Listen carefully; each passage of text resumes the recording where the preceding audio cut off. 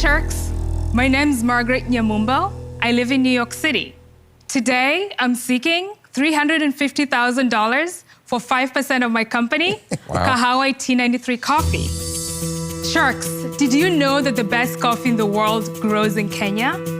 I would know. I grew up on my grandfather's coffee farm in Kenya.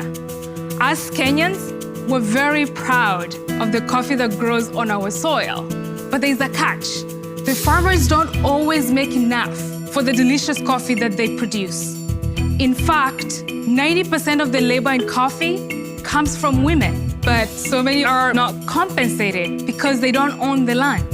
That's why I created a new way to compensate the coffee farmers. At Kawaha T93, we source our coffee directly from women farmers in Africa. But that's not all. We go one step further. Our customers can tip the coffee farmers, and we match the tips. So Sharks, who's ready to brew a coffee revolution, share the wealth, and change the story of coffee for good? So we have over 16 different coffees. Robert, I know you like a dark roast. I do. We have an African spice coffee, which is chai spices. It's a very popular coffee drink in Kenya. Oh, that's a good coffee. Yeah. I'm a tea girl, but that's a good cup of coffee. Yeah. And Emma, then you don't drink coffee?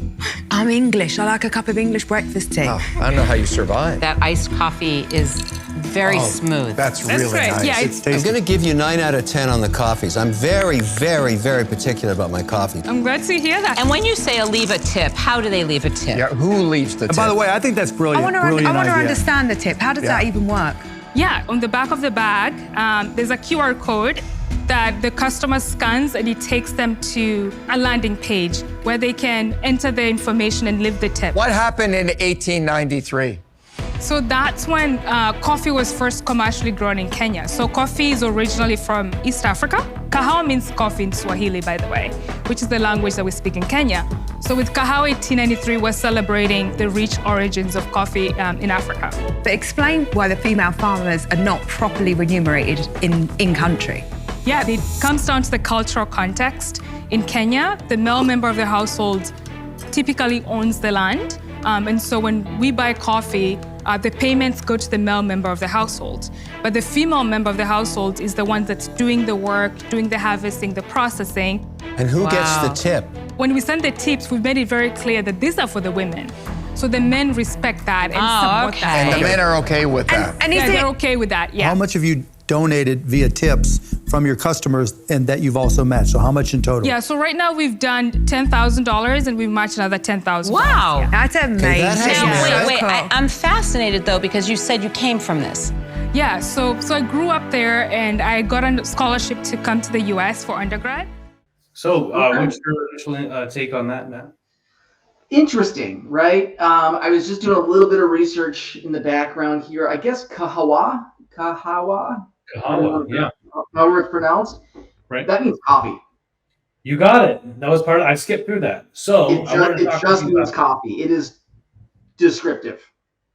So cannot be registered in and of itself because it is the thing that they're proclaiming to sell, which is coffee. So you cannot Even if register. you use a foreign language, the trademark office is going to see right through that.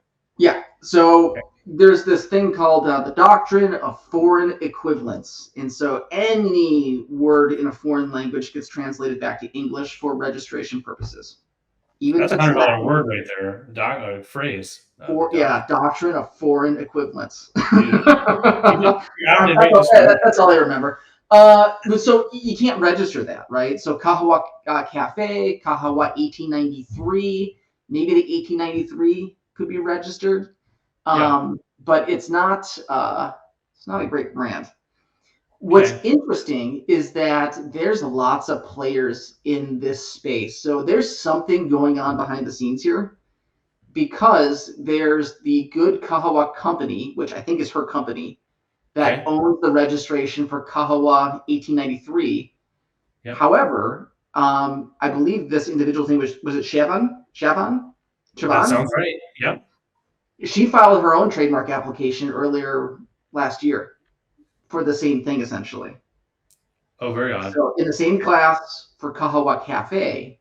So there's something going on. Starbucks has another application out there for Kahawa as well. So Well, I I don't know. wanted, so on that note, I look at that packaging, I see Starbucks right away. Yeah. Just in the coloring, the style, maybe even the font, something told Yeah. me. And There's the something going on pictures, here. this smells like Starbucks. I wonder with trade dress if there's anything Starbucks could have to say about that. Probably be a Yeah. stretch. I wonder if they purchased them. Well, we'd have to take a look. Really, obviously, we only have like 3 minutes. I was going to mention quick the patent side while you look it up. Yeah, but Patentability here, it's pretty limited in terms of what you can look at. She did describe a business method in that pitch we had to skip through, where the kind of novelty was we're able to get a tip, right, on top of your purchase that would go directly to the women. So we didn't get to hear that story. That's kind of why she got emotional. yeah, Is the women in that culture really get underserved and underpaid, honestly. And they're the ones that do 80–90% of the labor.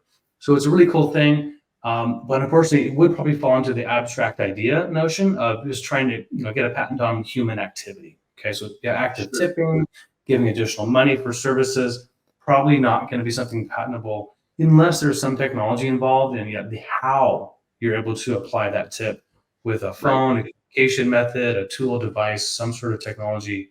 That's where patentability would come in. So just want to point that out. cool. Yeah, no, I think that's great information. Awesome.